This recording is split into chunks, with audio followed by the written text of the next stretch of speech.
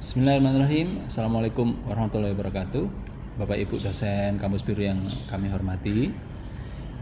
Hari ini saya ingin memberikan panduan tentang bagaimana penerapan OBE menggunakan website baru kita di my.ppkia.ac.id yang mengalami peningkatan fasilitas sehingga dapat melakukan pengawasan lebih baik. Dan Bapak Ibu kami harapkan untuk dukungannya di penerapan OBE. Pertama yang ingin saya sampaikan adalah dari setelah Bapak Ibu masuk di website dapat terlihat kalender akademik, kita bisa mengamati hingga akhir tahun ini, dan Bapak Ibu juga bisa mengamati daftar mahasiswa wali yang ada di bagian paling bawah. Kita juga bisa melihat bagaimana IPK anak wali kita, kemudian mahasiswa wali yang sudah lulus maupun mahasiswa kita yang tidak aktif. Bapak Ibu, peningkatan lain dari website ini adalah dapat diamatinya presensi perkuliahan mahasiswa. Sebagai contoh, mahasiswa dapat mengamati presensinya jika dimasukkan. Saya menggunakan NIM berikut. Dapat dilihat bagaimana presensi yang sudah dimasukkan oleh bagian akademik. Di sini terlihat bahwa mahasiswa ini berdasarkan KRS mengambil 2 mata kuliah dan presensinya belum dimasukkan oleh bagian akademik. Jika sudah dimasukkan, maka tampilannya akan muncul pertemuan-pertemuan yang ada. Sebagai contoh, berikut presensi perkuliahan, saya ambil satu contoh di mata kuliah saya, nanti bisa dikoreksi oleh bagian akademik karena ini sebagai uji coba di aplikasi saya. Saya mengambil di 2023 ganjil, mata kuliah saya kalkulus 1. Dari sini kita bisa melihat waktu presensinya, waktu pendataan yang sudah dimasukkan oleh bagian akademik. Saya tampilkan keseluruhannya, maka tampilan datanya adalah seperti ini. Bahwa pertemuan pertama, kedua, ketiga, keempat, kelima bentuknya seperti ini. Yang berwarna hijau ini adalah pertemuan online. Kita juga bisa mengamati siapa mahasiswa yang tidak hadir di beberapa pertemuan.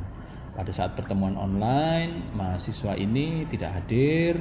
Pada saat pertemuan offline, mahasiswa dengan nomor urut 5, 6, dan 7 ini tidak hadir.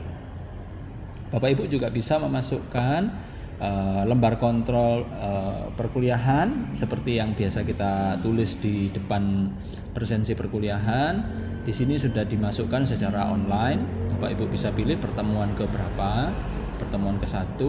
Bapak bisa melihat apa yang disampaikan di pertemuan pertama tersebut.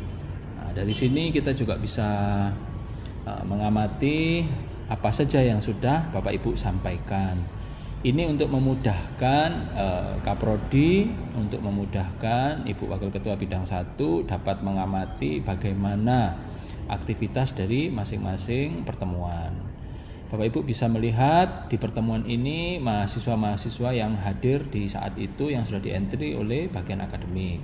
Bapak Ibu tidak bisa merubah kehadiran ini selain Kapak akademik, bahkan Kaprodi pun juga tidak mampu untuk melakukan perubahan ini, tidak diberikan hak untuk melakukan perubahan ini, hanya bagian akademik saja. Setelah sudah Bapak memasukkan pertemuannya, maka kita bisa melakukan penekanan tombol penyimpanan. Nah, setelah itu Bapak Ibu, yang berikutnya ada hal yang perlu kita pahami tentang OBE, yaitu komponen penilaian. Bapak Ibu bisa memilih menu komponen penilaian. Di sini disajikan beberapa komponen penilaian yang ada di kampus kita.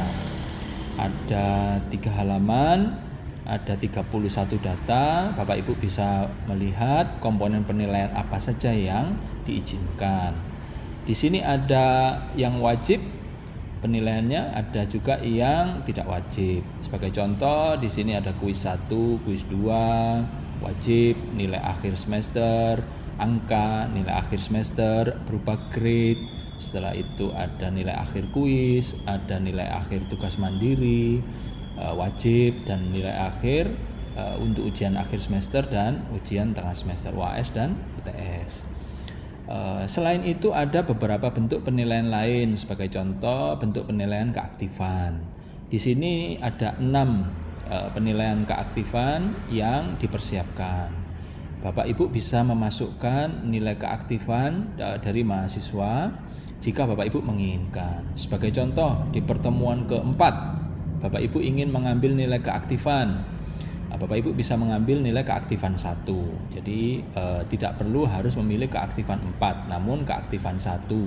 Ini yang Bapak Ibu ambil di pertemuan keempat. Di pertemuan ke-7 Bapak Ibu ingin mengambil nilai keaktifan 2 misalkan. Atau Bapak Ibu tidak mengambil nilai keaktifan tersebut. Nilai kehadiran, jika memang Bapak Ibu menginginkan, Bapak Ibu juga bisa dapat memasukkannya. Di sini satu hal penting yang perlu kita pahami adalah ada nilai akhir semester angka, ada nilai akhir semester grade, ada nilai akhir kuis, dan nilai akhir tugas mandiri. Demikian juga nilai UAS dan nilai UTS. Nilai ini yang biasanya Bapak Ibu serahkan berupa file Excel. Nah, nilai-nilai ini nantinya akan dapat Bapak Ibu lihat karena saya dibantu nanti oleh Pak Ari untuk mengupload nilai-nilai yang sudah ada. Bapak Ibu hanya memasukkan nilai-nilai yang lain yang berkaitan dengan penilaian capaian mata kuliah sesuai penerapan UBE. Bagaimana dengan nilai akhir kuis, nilai akhir semester berupa angka? Di sini Bapak Ibu bisa memasukkan nilai akhir semester berupa angka, nilai akhir semester berupa grade tanpa dipengaruhi oleh bagian akademik atau prodi. Bapak Ibu bisa memasukkan formulasi seperti apa yang Bapak Ibu miliki untuk nilai akhir semester, prosentasenya seperti apa, bagaimana Bapak Ibu menyampaikan ke mahasiswa, yang kemudian nilai akhir semester ini dapat diketahui oleh mahasiswa. Jadi Bapak Ibu dapat menentukan sendiri nilai-nilai akhir ini sesuai formulasi yang telah Bapak Ibu sampaikan pada saat pertemuan pertama dan di kontrak perkuliahan. Berikutnya, untuk untuk memasukkan nilai atau entry nilai, Bapak Ibu bisa memilih entry nilai studi. Sebagai contoh, di sini misalkan saya ambil case untuk mata kuliah saya di 2023-1 di kalkulus 1 hari Selasa. Jika ingin menampilkan semua nilai yang sudah di-entry, maka saya dapat menekan tombol tampilkan data. Nilai yang berupa Excel yang telah Bapak Ibu sampaikan itu muncul di kolom yang berwarna orange maupun kolom yang berwarna hijau. Nilai-nilai inilah yang menentukan mahasiswa selama ini. Nah, berikutnya saya ingin Bapak Ibu memasukkan nilai-nilai lain yang berkaitan dengan UBE. Di sini ada nilai kuis 1, nilai kuis 2, kemudian ada tugas mandiri 1, tugas mandiri 2. Ini untuk mata kuliah saya, mata kuliah kalkulus. Apakah nilai kuis 1 dan nilai kuis 2 ini rata-ratanya harus sesuai dengan nilai akhir kuis? Semuanya kami serahkan kepada Bapak Ibu. Prosentasenya bagaimana? Bapak Ibu bisa mendapatkan nilai akhir kuis ini sesuai dengan ketentuan yang telah Bapak Ibu berikan. Kami tidak mengelola hal tersebut. Nilai akhir berupa grade ini juga dari Bapak Ibu. Nilainya berupa ketentuannya seperti yang disampaikan di pedoman akademik. Bagaimana ketentuan ini juga dari Bapak Ibu. Nah, dengan ini Bapak Ibu dapat memasukkan nilainya secara langsung mulai saat ini. Jika Bapak Ibu ingin memasukkan misalkan nilai kuis, Bapak Ibu bisa memilih di sini nilai kuis 1 misalkan. Ini nilai yang sudah pernah saya masukkan, maka Bapak Ibu masih bisa mengkoreksi bentuknya seperti ini. Nilai yang tidak bisa Bapak Ibu koreksi atau Bapak Ibu masukkan itu adalah nilai akhir yang kemarin berupa Excel yang telah diserahkan kepada prodi atau bagian akademik. Jadi Bapak Ibu hanya menambahkan nilai-nilai pendukung lain. Untuk apa? Untuk UBE, untuk penerapan UBE. Setelah Bapak Ibu memasukkan nilai ini, Bapak Ibu bisa melangkah ke menu pendataan CPMK. CPMK ini dimasukkan oleh tim salah satu saja. Nanti Bapak Ibu bisa melihat misalkan di mata kuliah saya kalkulus 1 di 2021. Di sini CPMK saya dan Bu Din yang mengajar kalkulus juga kita sebagai satu tim, kita menggunakan 4 kriteria ini capaian pembelajaran mata kuliah. Di pertemuan pertama misalkan saya mengukur mahasiswa untuk di materi bilangan dan pertidaksamaan. Bagaimana mengukurnya? Nanti kita akan masukkan di nilai pembobotan. CPMK 2, CPMK 3, dan CPMK 4. Dan 4 CPMK ini saya sampaikan dalam 14 pertemuan. Artinya Bapak Ibu tidak perlu Bapak Ibu memasukkan ini satu CPMK ini satu pertemuan, karena CPMK itu capaian yang dapat diambil dari beberapa pertemuan yang materi yang sudah Bapak Ibu sampaikan. Maksimum CPMK kami harapkan di sini hanya 10. Kami berharap Bapak Ibu bisa mengemasnya dengan baik sehingga penilaian ke mahasiswa juga mampu diukur dengan dasar kumpulan dari beberapa capaian yang telah ditentukan. Jadi tidak perlu Bapak Ibu harus memasukkan CPMK-nya satu persatu. Sebagai contoh, di sini bilangan, misalkan konsep bilangan saya masukkan di CPMK 1, di CPMK 2 saya masukkan pertidaksamaan, di CPMK 3. Nah, Bapak Ibu bisa menggabungkannya sehingga bisa terlihat bahwa beberapa pertemuan itu diwakili oleh satu CPMK. Berikutnya, setelah CPMK diisi oleh salah satu anggota tim pengajar, berikutnya yang personal itu adalah formulasi CPMK.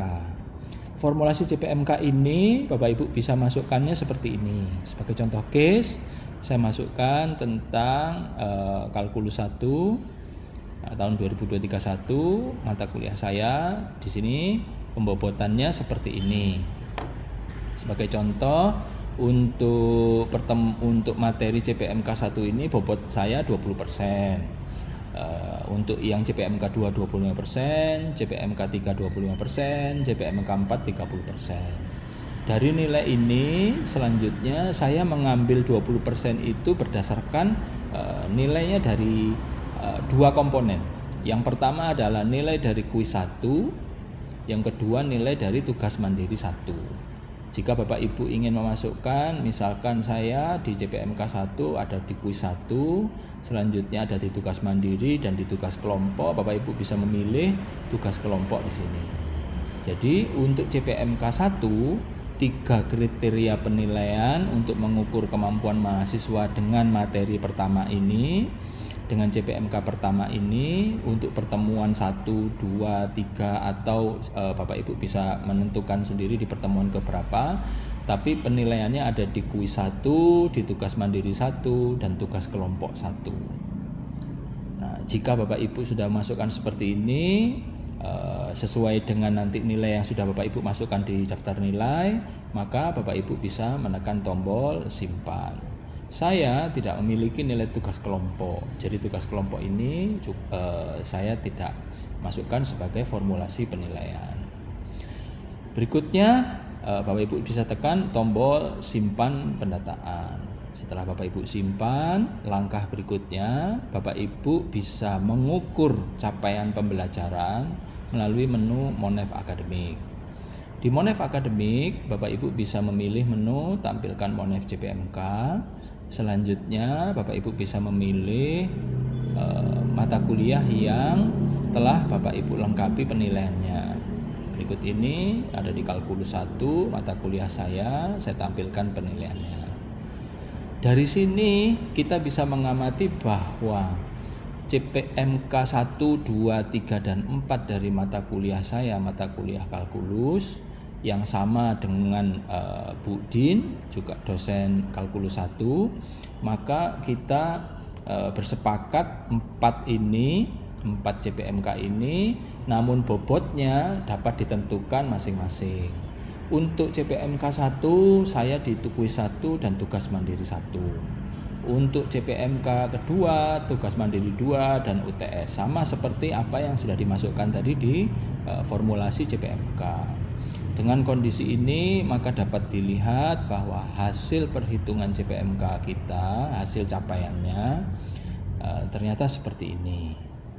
Kita dapat melihat bahwa nilai mahasiswa dari pemahaman untuk turunan misalkan di mata kuliah saya itu nilai ratanya adalah 75,9, diambil dari nilai tugas 4 dan UAS. Jadi nilai tugas 4-nya ditampilkan di sini, nilai UAS-nya ditampilkan di sini. Ratanya itu adalah 75,9. Dari sini kita melihat jika nilai rata ini 100, maka nilai bobot atau nilai formulasinya di sini ini adalah 30%.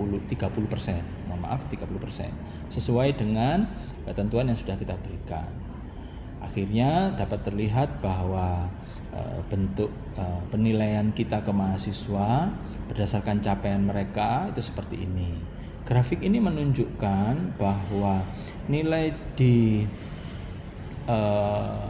CPMK 4 itu nilainya mendominasi, artinya mahasiswa masih mendapatkan nilai yang cukup tinggi dibandingkan dengan nilai yang lain dengan bobot yang juga tinggi. Jika Bapak Ibu ingin mengukur dengan bobot yang berbeda, Bapak Ibu bisa masukkan formulasi bobot yang kemudian akan merubah bagaimana pemahaman kita tentang capaian pembelajaran mahasiswa terhadap mata kuliah itu. Dari sini kita bisa melihat nilai untuk mahasiswa hari Selasa dan hari Kamis. Ternyata untuk CPMK 4 ternyata mahasiswa hari Selasa itu lebih baik pemahamannya dibanding mahasiswa hari Kamis. Oleh karena itu kita dapat berkesimpulan bahwa mahasiswa perlu ditingkatkan di masa depan.